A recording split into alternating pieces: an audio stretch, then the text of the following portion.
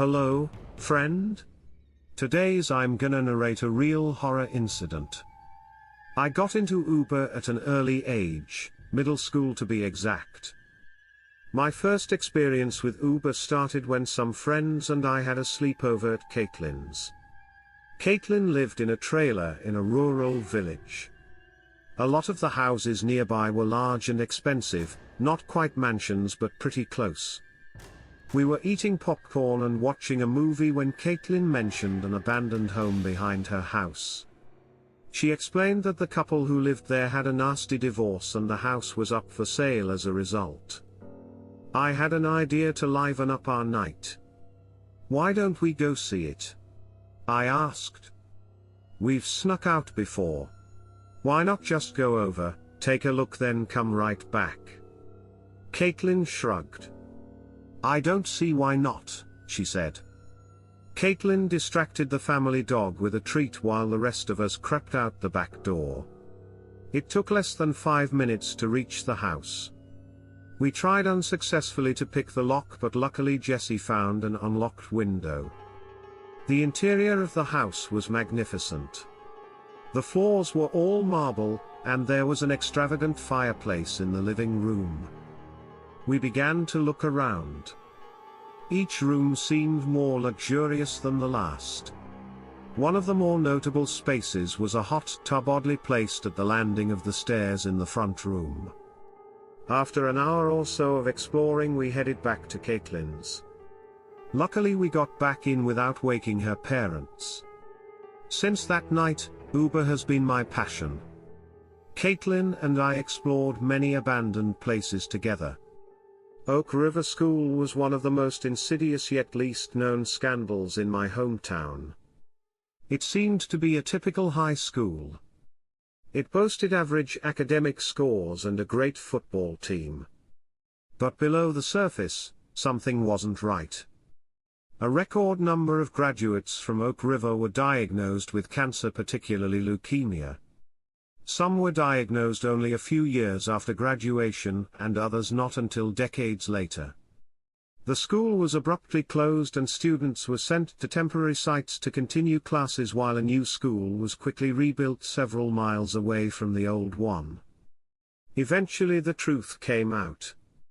The soil Oak River High was built on was used as a dumping ground for nuclear waste in the 1940s. The cancer rates weren't a coincidence. The old Oak River was never torn down. My aunt, Cora, was one of the many unfortunate alumni who developed leukemia. She passed away when I was 17. Losing Cora was the worst experience of my life. I'd always wanted to explore Oak River, but for some reason her death made me fixate on it even more. I had to see what it looked like, the radioactive school frozen in time. I felt like if I walked through the same hallways or stepped into the classroom where Cora had been so many years before, she would be there with me. But I still couldn't let go of the thought of going to Oak River. "Come on," Jess agreed to go, and she's bringing all her photography equipment, I begged Caitlyn during our phone call. "No," she responded. "You know that's the one place I won't go." I accepted her answer and called Jess to let her know we would be going without Caitlyn. We met at the back entrance of Oak River at 8 that night. The school wasn't as hard to break into as I expected, and we quickly found ourselves in the hallway. Some old trophies and medals were still on display behind the dusty glass. Why didn't they take those? I wondered out loud. They're probably all covered in radioactive dust, Jess laughed. Ron, Jess's boyfriend, met us shortly after we found our way in. He's into paranormal investigation and wanted to try out some of his equipment as the school was rumored to be haunted. They proceeded to the gym and were messing with the EMF sensor for a while, so I decided to look around on my own. The first few classrooms I looked at weren't as bare as I expected. They still had posters on the wall and other equipment out. I found a globe and spun it, instantly regretting my decision as dust flew into the air. Luckily we had worn masks and gloves to try to limit our exposure as much as possible. I heard a rustling noise. I turned around to see where it was coming from. Next to the boarded-up window, I noticed a mostly wilted potted plant. But the plant wasn't dead. It was moving. Very subtle movements. I had to do a double take to be sure of what I saw. "What the hell?" I whispered. The only way I can describe the movement is almost a sort of twitching. I got out my phone to record and picked up a ruler to poke it. The plant coiled around the ruler tightly, almost yanking out of my hand. I yelled and jumped back. Jess and Ron came running. I tried to explain what happened but they didn't seem convinced. Ron found a pointer by the chalkboard and poked the plant again. It didn't move. I stammered, trying to explain what happened. Jess and Ron exchanged glances. "Maybe you shouldn't be walking around here alone," suggested Jess. Ron nodded. "Let's all just stay together," he suggested. I reluctantly agreed. We took a look in a few other classrooms. Jess photographed each as we went along. Eventually we made our way into the cafeteria. We found some old trays, glasses, and even unopened cans of food. As we ventured further into the kitchen, Ron halted, almost causing Jess to run into him. "Why'd you do that?" she snapped. "Shh, listen," whispered Ron. Through the silence I could hear a faint chewing noise. It continued for a few minutes, then came the clang of a can hitting the ground. A light rustling followed. We stood there, frozen. Ron involuntarily coughed. A figure emerged from the darkness. Jess turned the flashlight to it. It definitely wasn't an animal. But it also couldn't be human. It stood on two legs, was almost 7 feet tall, emaciated, with yellow-tinged skin speckled with red boils that looked like they were about to pop. The figure let out a groan that sounded equal parts terrified and angry. Jess screamed, dropping her flashlight. Ron and Jess took off in one direction while I ran in another. I ducked into a janitor's closet. I tried to quiet my breathing as much as possible, even taking off my mask, trying to catch my breath. I sat against the wall, head in my hands, trying to stave off a panic attack. I looked around the closet a bit, seeing if there was anything I could use for self-defense. All I found was an old broom. I stayed quiet for a while, then hesitantly stepped out of the closet when I was convinced the creature was nowhere close. I began looking for Jess and Ron. I tried calling Jess but my phone had no service. I heard labored breathing and trudging down the hallway. Damn it, I thought. I noticed a door on my left. I opened the glass door and stepped into the room. The air was thick and humid. I put the broom through the door handles to barricade myself in. I hoped the figure would pass me by, but then I heard a pounding at the door. I wasn't sure how much force it would take to break the old glass, and I had no interest in finding out. I panned the room with my flashlight, looking for another way out. My flashlight passed over a dark, reflective abyss. This was the old pool. The walls were covered in a mixture of black and green molds. I remembered Cora had mentioned being on the swim team years before. There was a door on the other side of the room. I began making my way to the other side, but quickly realized my way was blocked by some overturned bleachers. I tried lifting them up, but it was no use. "Harper," Jessie yelled from the door on the other side of the room. Noticing the predicament I was in, Jessie and Ron attempted to move the bleachers but weren't able to either. At this point, the glass door was splintering from the humanoid monster pounding on it. "You know how to swim, right?" asked Ron. I nodded. "Are you crazy?" screamed Jessie. She can't swim through that radioactive bullshit. I'd already accepted my fate of having to wade through this disgusting abandoned pool and tried to reassure her I'd be fine. I found a piece of wood to set my backpack on, trying to keep it as dry as possible. I stepped into the cold, dark water. The water felt thicker than I expected, it was like moving through jello.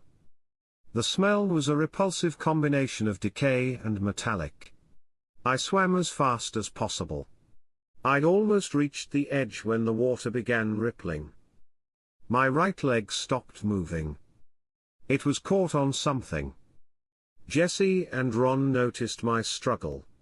Ron jumped into the water and tried to pull me forward. He shined a flashlight through the dark waters, revealing a labyrinth of dark green limbs. "What the hell?" Ron whispered. The water began to move rapidly. I felt the slimy substance tighten around my leg and screamed. Ron began thrashing around, cursing and yelling. I frantically grabbed for my backpack, retrieving my pocket knife out of the front pocket. I took a deep breath, went underwater and hacked at the slimy substance trapping my leg.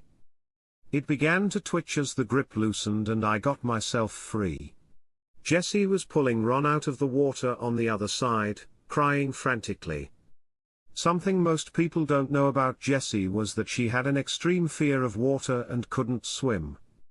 A near-drowning experience when she was 4 had left her traumatized. I pulled myself up to the surface and we all ran out the door. Ron was limping. He had a nasty gash on his left calf. Once we got some distance from the pool, we stopped and Jessie tied her jacket around it to slow the bleeding. Jessie's phone rang, startling us. "Caitlyn." She answered, placing it on speaker. A grainy FaceTime call lit up the screen. The background was dark, but looked familiar. Caitlyn was in the classroom closest to the entrance. "Caitlyn, listen to me. You need to leave. There's some weird shit happening here," Jessie tried to explain. The connection wasn't good. The call cut out every few seconds, making it difficult to understand. Jesse, Ron, and I all tried to explain what was going on, but Caitlyn clearly didn't understand. The connection continued to get worse the further into the school Caitlyn got. Eventually the call dropped completely and none of us were able to dial back out. "Jesse, you and Ron get out and go find some help. I'll find Caitlyn and meet you guys on the other side." Ron tried to protest. Luckily, Jesse was able to convince him that the bleeding was too serious to continue. As we parted ways, Jesse and I agreed that if Caitlyn and I weren't safely out in 15 minutes she would call for help. "Caitlyn," I called out as I reached the front of the building. "Help," I heard her yell frantically. I ran towards the sound and saw her. We sprinted towards each other but she tripped over something in the process. A figure donning an archaic gas mask emerged behind her, grabbing her ankles and dragging her away. "No," I yelled. I tried to run towards the assailant, but someone grabbed me from behind. As I tried to fight my way out I flailed, slamming my head into the wall. I felt dizzy and everything went dark. I saw a light. I knew what people always said about going into the light. Was this death? "She's awake," I heard. A paramedic was kneeling over me. I jumped. As I regained consciousness, I started stammering. What's going on?